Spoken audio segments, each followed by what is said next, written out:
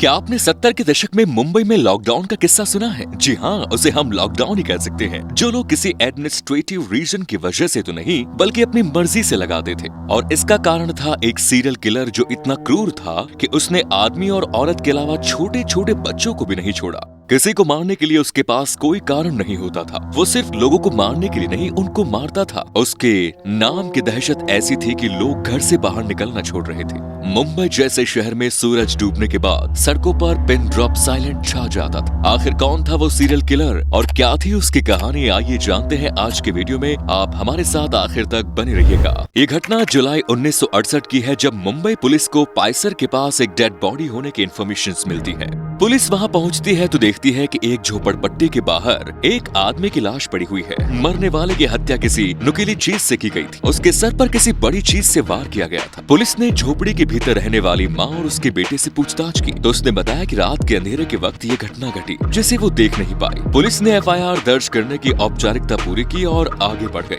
इसके बाद पुलिस को एक दूसरी डेड बॉडी मिलने की सूचना मिली जो कि मलाड के पास था, झोपड़पट्टी के बाहर मिली। इसमें भी मरने वाले के सिर पर बेरहमी से वार किया गया था। इस घटना के लगभग एक हफ्ते बाद मलाड में ही एक और घटना घटी जिसमें एक झोपड़ी में सो रहे पति पत्नी और उनके छोटे से बच्चे तीनों की हत्या हो गई और उन तीनों के सिरों को भी बुरी तरह डैमेज किया गया। जब पुलिस की टीम यहाँ जांच करने आई तो उन्हें एक लोहे की रॉड मिली जो एक तरफ से नुकीली थी। इसके अलावा पुलिस को वहाँ से एक छाता भी मिला। इन चीजों पर उंगलियों के निशान को परखने के लिए पुलिस ने इन्हें फोरेंसिक लैब में भेजा, मगर वहाँ से भी पुलिस को कोई सफलता नहीं मिली क्योंकि उस समय बारिश हो रही थी। इसके बाद पुलिस ने अब तक घटे सभी घटनाक्रम पर गौर किया और सभी हत्याओं को एक दूसरे से कनेक्टेड माना। हत्याओं का सिलसिला लगातार जारी था और पुलिस के दोनों हाथ खाली।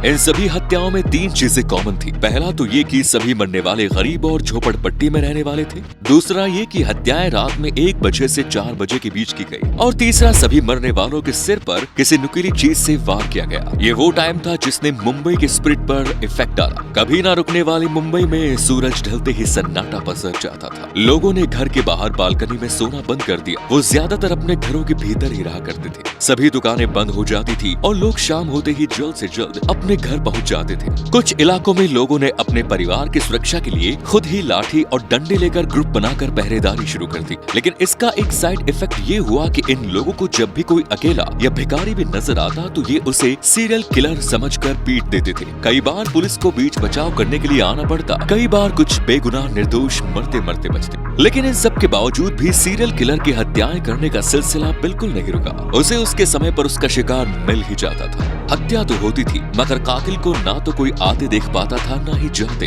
लोगों ने तो ये भी कहना शुरू कर दिया था कि कातिल कत्ल करने के लिए आता है, उसके बाद वो किसी पक्षी या बिल्ली का रूप लेकर भाग जाता है। Mumbai police commissioner ES modak काफी दबाव में थे क्योंकि ये केस सॉल्व ही नहीं हो रहा था। इसके बाद उन्होंने ये केस CID को सौंप दिया और उन्होंने पुलिस की एक टीम बनाई जिसको लीड कर रहे थे रमाकांत कुलकर्णी।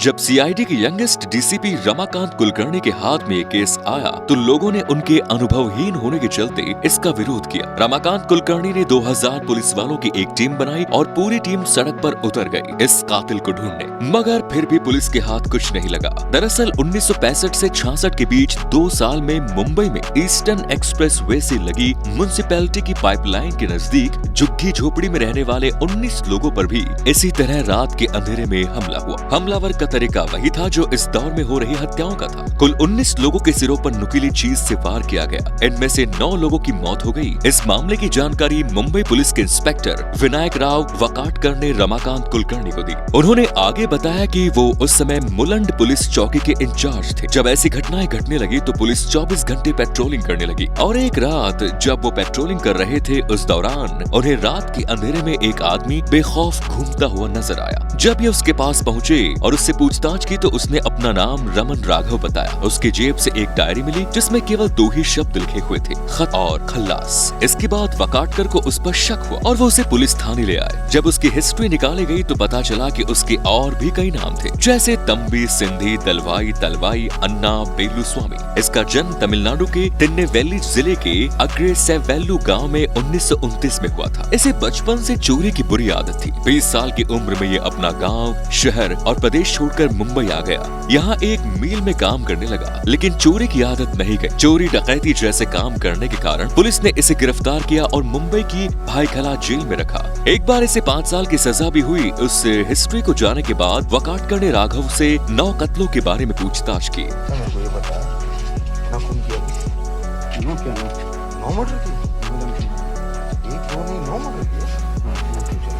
उसे काफी टॉर्चर किया, पर वो कोई भी जानकारी हासिल नहीं कर पाया। इसके बाद उन्होंने उसे मुंबई से 2 साल के लिए तड़ीपार कर दिया। इन 2 सालों तक तो मुंबई में इस तरह की कोई घटना नहीं घटी, लेकिन इसके बाद फिर लगातार घटनाएं होती रही। इसके बाद डीसीपी रमाकांत कुलकर्णी ने रमन राघव की पुरानी फाइल मंगवाई, जिसमें उसके फिंगरप्रिंट फोटोग्राफ भी थे। उसकी डिटेल सभी थानों में भिजवा दी गई और ये कहलवा दिया कि ये व्यक्ति जहाँ भी दिखे इसे तुरंत गिरफ्तार कर लिया जाए। 25 और 26 अगस्त 1968 की रात में मुंबई के मलाड स्थित चिंचोली इलाके में लालचंद यादव और दुलार यादव नाम के 2 व्यक्तियों को और मार दिया गया।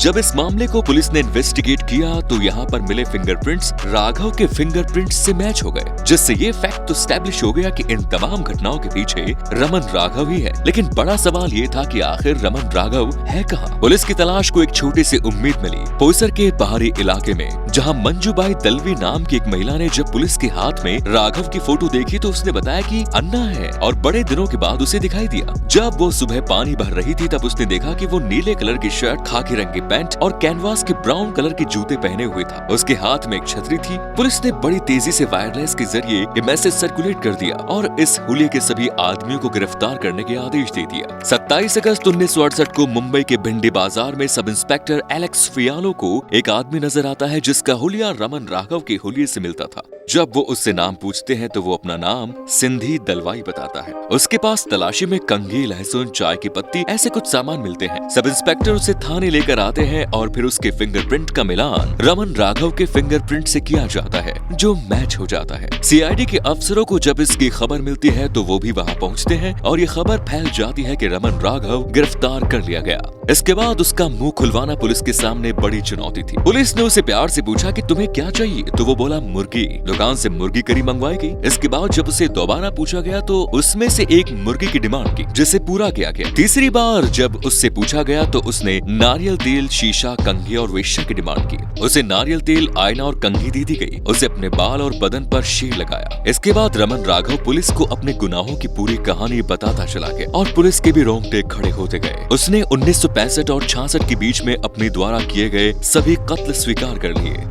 उसने बताया कि कुल 41 लोगों को उसने मारा है। जब उससे इन हत्यारों का कारण पूछा गया तो उसने बोला ये सभी गंदे लोग थे और भगवान ने उसे इन्हें मारने के लिए ही भेजा। पुलिस ने इसके खिलाफ एक मजबूत केस बनाकर अदालत में पेश किया। इसके डिफेंस लॉयर ने इसके मानसिक रोगी होने की बात कही। इसके सिविल सर्जन के सर्टिफिकेट के बाद इसे ठीक ठाक पाया गया। नीचे की अदालत में इसे फांसी की सजा दी गई। राघव के वकील ने हाई कोर्ट में अपील की और मानसिक रोगी होने की बात कही। अदालत ने साइकेट्रिस्ट की कमेटी बनाई और जब इसकी काउंसलिंग की गई तो ये बात सामने आई कि ये एक पैरानाइड स्किज़ोफ्रेनिया का शिकार है। हाई कोर्ट ने इसकी फांसी की सजा को उम्र कैद में बदल दिया। साल 1995 में किडनी फेल हो जाने की वजह से हॉस्पिटल में ही रमन राघव की मौत हो गई। आज भी दुनिया के सबसे खतरनाक सीरियल किलर्स में इसका नाम लिया जाता है। तो दोस्तों, इस वीडियो पर आपकी क्या राय है कमेंट्स में जरूर बताएं। मिलते हैं नेक्स्ट वीडियो में। जय हिंद, जय भारत, वंदे मातरम।